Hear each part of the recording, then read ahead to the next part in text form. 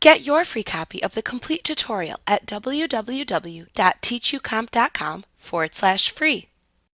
To save a selection and reuse it in the future, first make the selection you want to save. Then choose Select, Save Selection from the menu bar to open the Save Selection dialog box. Here you can select the type of selection to save. Select the New choice from the Selection drop-down menu to save a new selection. If saving a new selection, type a name for the new selection into the Name field. If you have saved an existing selection in the image and want to use the current selection to add, subtract, or intersect with it, then instead choose the name of the saved selection from the Selection drop-down, and then choose the operation to perform with the existing saved selection from the Operation section. To save the selection as a channel in the image when you are ready, click the OK button.